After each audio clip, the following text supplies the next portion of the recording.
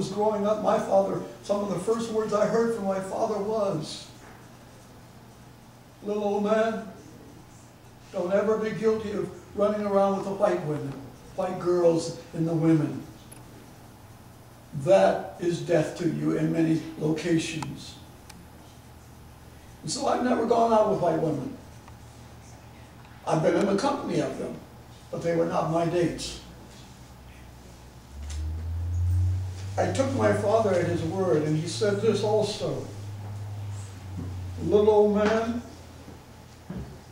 as long as you're black, don't ever forget it. The white man's not going to. He will come at you with subtleties." You ask me how it is today. Just 2 years ago, I lost my wife, and after 47 years plus, I was coming out of the Red Lobster, and two men stood and waited till the group I was with. It was a group of white women and two other men. They waited till they left. They said, "Just a minute, can we talk to you?" And I said, "I don't believe I know you. What's on your mind?" And this was what came out of their mouths. "You have been watched, observed, being with this group of white women." They didn't mention the men that were there. "What's going on?" And I said, "If you noticed," I forgot myself. "If you noticed, my wife was on my arm. We are a group from the church that we attend, and we have been invited to go to this forum. Thank you for your rudeness." And I walked away from them. Now, this had been back when I was a boy. My father wouldn't have been able to walk away. But that was a reminder. You have a place.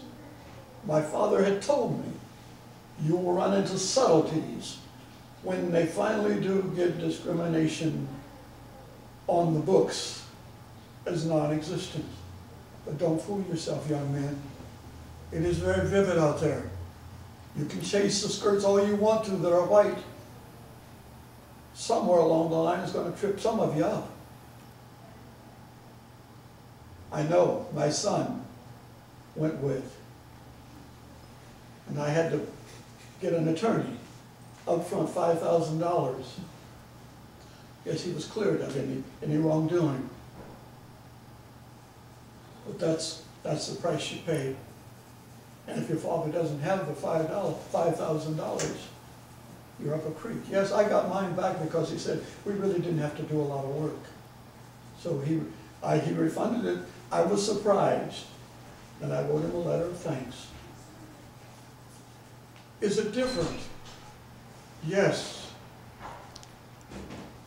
When it was in its heyday, and when I say heyday, I'm talking about discrimination. When it was in its heyday, I knew where I stood as a little boy. I went south to bury my grandfather. And my grandmother had said to me, "Son, when I go to get on this bus and you get on the bus, you follow me to the back." Strong head, strong will, stubborn, bullheaded, I was. And so I sat behind the driver because I wanted to see how this big wheel worked. The driver finally, after sitting for 15, 20 minutes, said, "Nigger, go back to your place." And so my brother and I went back to the back of the bus. That was in our travels. Oh, I learned much from my father. My father, I never knew the word son until he was going to the hospital to die at my age of 16. And then he told me, he says, "You got a question?" I said, "Yeah, Daddy, I do have. You call my brother son. You call me little old man ever since I can remember. Am I not your son, or am I adopted or something?" He says, "No, little old man, you are my son, but you've never been a boy. You've always been a little old man. I asked you questions, but I made decisions for the family. And so I called you my little old man. You've been walking since you were 6 months of age.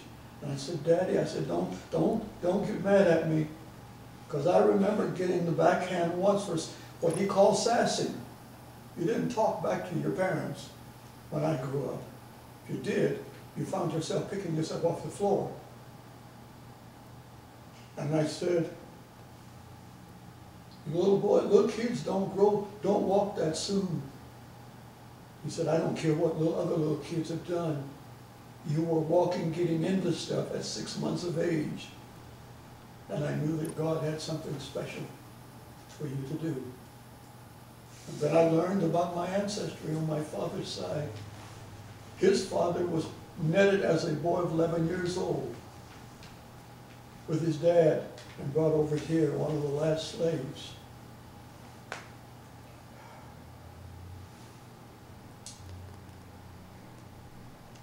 And I go back to the Bantu tribesmen of Africa, which was supposed to be a leadership group in the African and Central Africa, Tanzanian area now known as. On my mother's side, I'm part Cherokee chief too. And trying to find the roots and all that stuff is very difficult. I don't even know my African name. But you see, it's different. Back then we knew where we stood. Today, the black man walks on eggshells. The black woman can get by because the black woman and the white man were considered the only free people. And I picked up on that not only from Dr. Vivian, who was a part of Dr. Martin Luther King's march. I trained under him as well. And what to do, what not to do. So you learn how to walk in the white man's world, and yet what things to avoid and what things you can do.